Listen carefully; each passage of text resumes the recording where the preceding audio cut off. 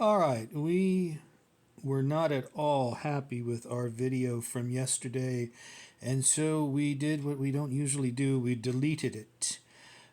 Fortunately, today we got a small booklet. Well, we got a couple booklets we want to go over, one of them being a book called Games You Play Entirely in Your Head, which are like role playing games with no mechanics whatsoever, just the setup, just the setting. However, first we wanted to go over Loner, another solo RPG, Core Rules 2nd Edition. This is by ZotaQuest Games, and it is a nice little thing. I'm going to try not to bump the camera here. Nice little, very minimalist role-playing RPG, solo RPG. Basically, make your protagonist. Give it him. There's no attributes. The traditional attributes: strength, intelligence, dexterity, fortitude. The stuff that always comes back in one way or another and under some name.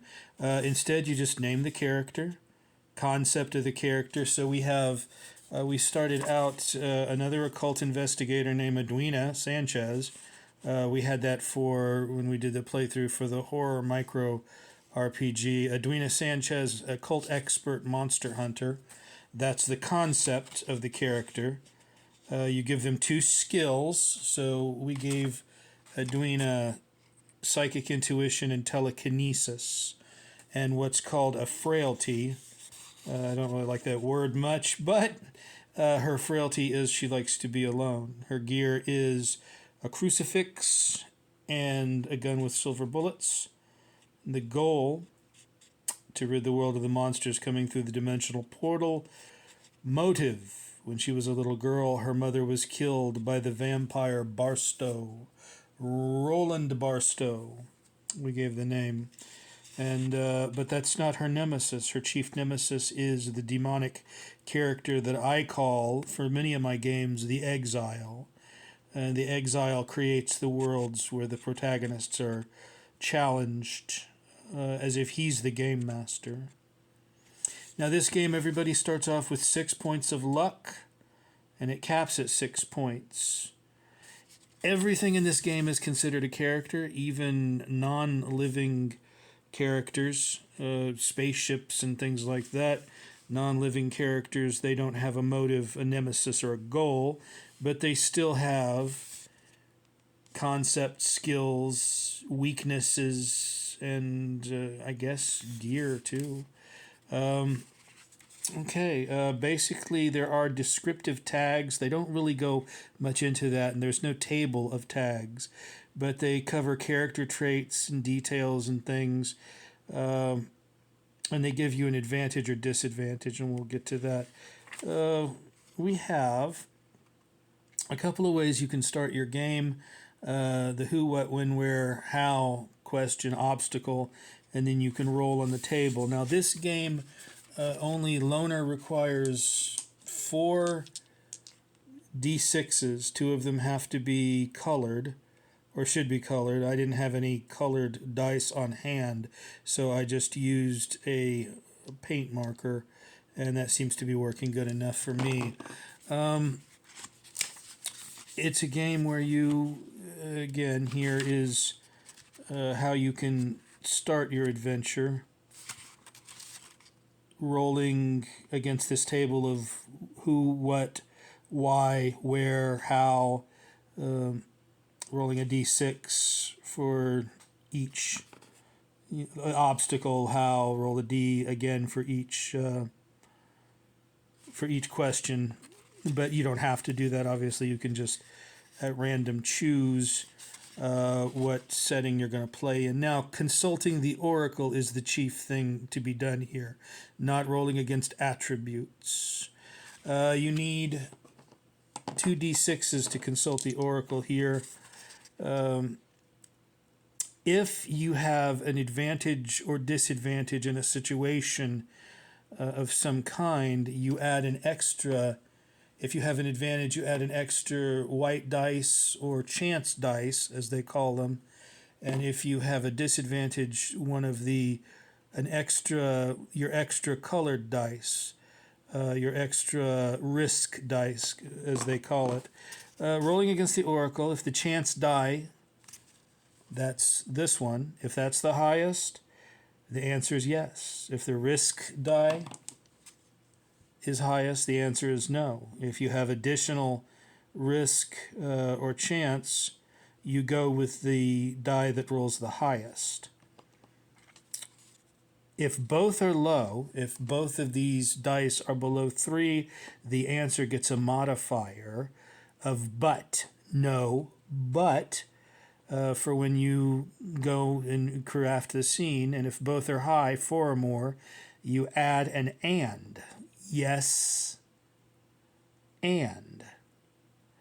If both are equal, the answer is yes, but, and then you add a point to what's called the twist counter. The twist counter starts at 0 and goes up to 3. Once it reaches 3, then there's a twist in the situation, and you determine the twist by rolling a d6 against subject and action. You roll 2d6, and the highest one is first, I suppose, the subject, and the second, a lower one, is the action. So you could get 2.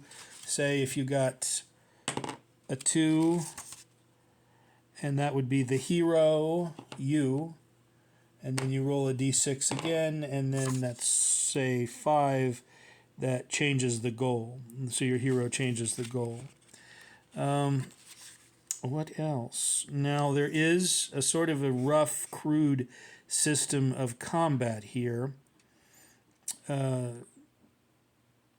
Basically, you just roll against the oracle, but if you are choosing harm and luck between yourself and an NPC, then the answer that you get from the oracle gets this sort of what's called the harm and luck modifier, and causes you. Oh, I should have specified before, and I didn't do that. Excuse me. There is luck, the measure of a character's ability to avoid ill fortune or an inauspicious outcome. It applies only in conflicts and automatically recharges when they end. Luck starts and caps at 6. Maybe we did cover that. Okay. So basically, if you are going up against an NPC and you roll against the oracle and you get a yes or you get a no, but you don't get what you want, but it's not a total loss. For example, take one, lose 1 luck point. When your luck runs out, the character has lost the conflict. So it's a little bit like a combat, but it's not. The NPC doesn't roll against you. You roll, and you just roll, and you ask the yes or no question. Do I succeed in this conflict? And then if you get a yes, or a yes but, or a yes and, then you can cause damage to the NPC and they lose luck. So it's a very incredibly simple system. There are tables here in this booklet for asking open-ended questions.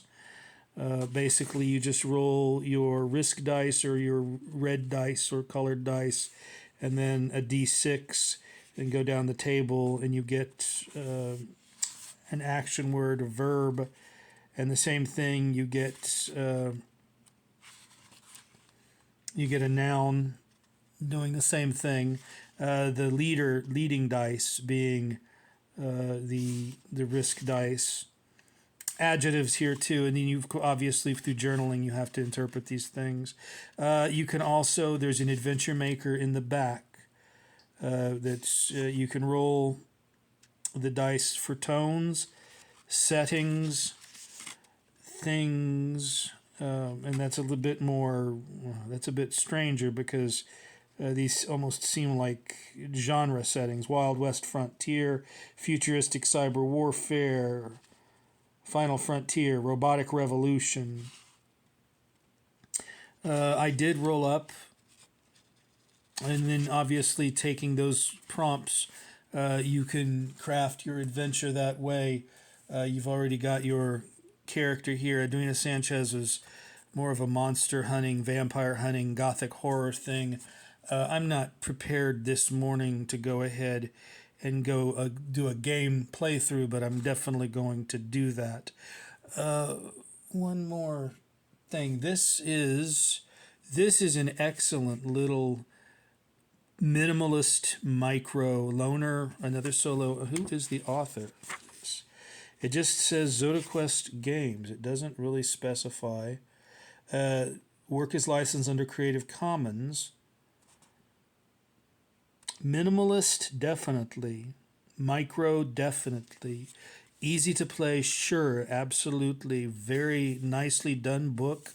Nice. The editing is not too bad, and in some of this stuff, the editing is real bad. And of course, you could adapt it, and you could adapt it for multiplayers. You could adapt it for any genre. It will work with anything. As long as you've got the. I've always wanted to play Cyberpunk, for instance, but I just don't. Without a bunch of random tables that I've still got on my computer, but my printer doesn't work right now. I don't really feel confident enough to play a deep Cyberpunk game, or without some random tables to go by for equipment and things like that. Otherwise, the Dungeons and Dragons type stuff, fantasy stuff, gothic horror would work very well.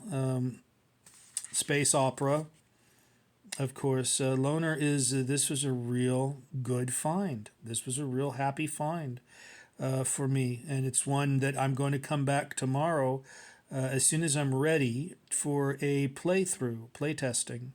The Loner Game World.